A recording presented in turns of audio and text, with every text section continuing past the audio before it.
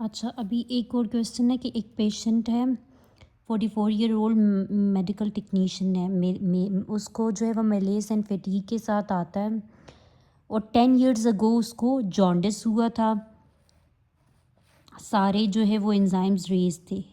अभी उसकी इन्वेस्टिगेशंस की तो सारे LFTs रेज्ड हैं और fibrosis with lamina of hepatocytes destruction आता है। तो फाइब्रोसिस जब भी आ जाए, ये जब इस तरह से आ रहा है और साथ में हिपैटोसेलुलर आगे देखें बलूनिंग एंड इन्फ्लेमेशन ऑफ ट्राइएड्स हैं, तो हमें ये क्रोनिक हेपेटाइटिस लग रहा है। इसके लिए हम उसको क्या करवाएंगे, हेपेटाइटिस बी सरफेस एंटीजन करा लेंगे।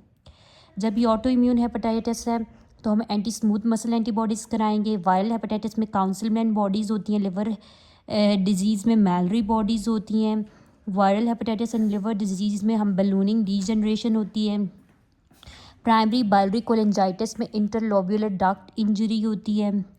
सार्काइडोसिस TB प्राइमरी बाइलरी कोलेंजाइटिस में, ठीक है, प्राइमरी बाइलरी कोलेंजाइटिस TB और सार्काइडोसिस पे ग्रेन्युलोमास बनते हैं। क्रोनिक हेपेटाइटिस में पीसमिल नेक्रोसिस, ठीक है। अब एक पेशेंट आता है, कंप्लेन कर रहे हैं डिस्पेप्सिया की, लॉस ऑफ एपेटाइट और हिस्ट्री ऑफ अल्कोहल कंजम्पशन है। और उसमें क्या अल्कोहलिक लिवर डिजीज में क्या नज़र आता है, मैलरी बॉडीज़, ठीक है। आगे देखते हैं। अच्छा, नेक्स्ट है हमारे पास अल्कोहलिक मेल है, ALP उसका रेज्ड है, ALT भी रेज्ड है, GGT 6 टाइम्स नॉर्मल है। ओके, तो माइक्रोस्कोपिक एग्जामिनेशन ऑफ लिवर पे क्या मिलेगी, पीसमिल नेक्रोसिस। अच्छा, पीसमिल नेक्रोसिस तो हमें मिली थी क्रोनिक हेपेटाइटिस में। आई डोंट नो ये क्रोनिक हेपेटाइटिस है शायद, इसका रीज़न वैसे मुझे नहीं पता। अच्छा, आगे देखें। डीरेंज्ड LFT से कंजेस्टेड नेक वेन्स है, central lobular congestion, necrosis, early fibrosis. क्योंकि जब भी आज अल्कोहलिक बंदा है तो उसके रीज़न है, अल्कोहलिक बंदा है, हेपेटाइटिस के सिम्टम्स क्या रीज़न है, क्रोनिक एल्कोहलिज्म, ठीक है। इन्फ्लेमेशन ऑफ पोर्टल ट्राइएड्स आए या फाइब्रोसिस इस तरह कुछ आ जाए तो there will be chronic hepatitis, ठीक है।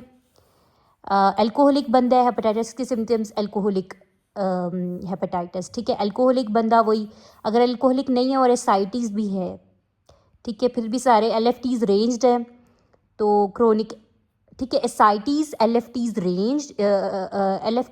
रेज्ड और हमारे पास क्या लिपिड ड्रॉपलेट यहाँ पर उसने बोला है, यानी कि ट्राइग्लिसराइड्स हैं हेपेटोसाइट्स के अंदर, तो ये भी मोस्ट लाइकली क्रोनिक एल्कोहलिज्म की वजह से है। उसका आर्किटेक्चर हम क्या एक्सपेक्ट करते हैं, पेशेंट का डिसऑर्गेनाइज लिवर आर्किटेक्चर होगा, ठीक है।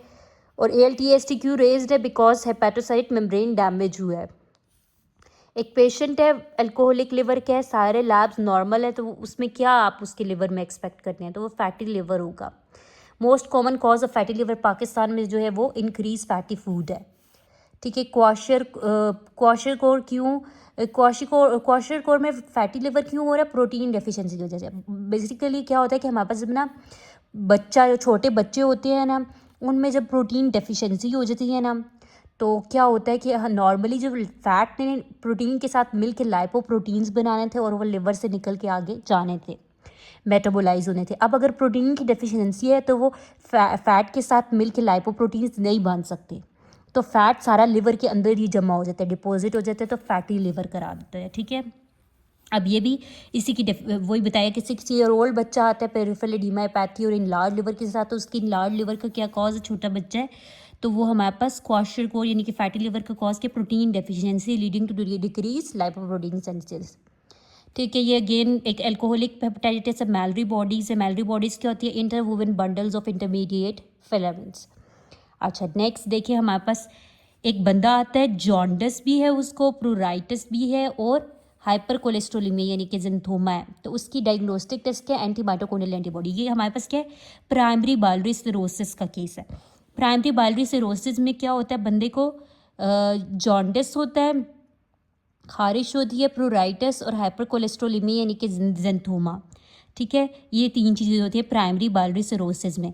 It is characterized by 3 M's। Middle age women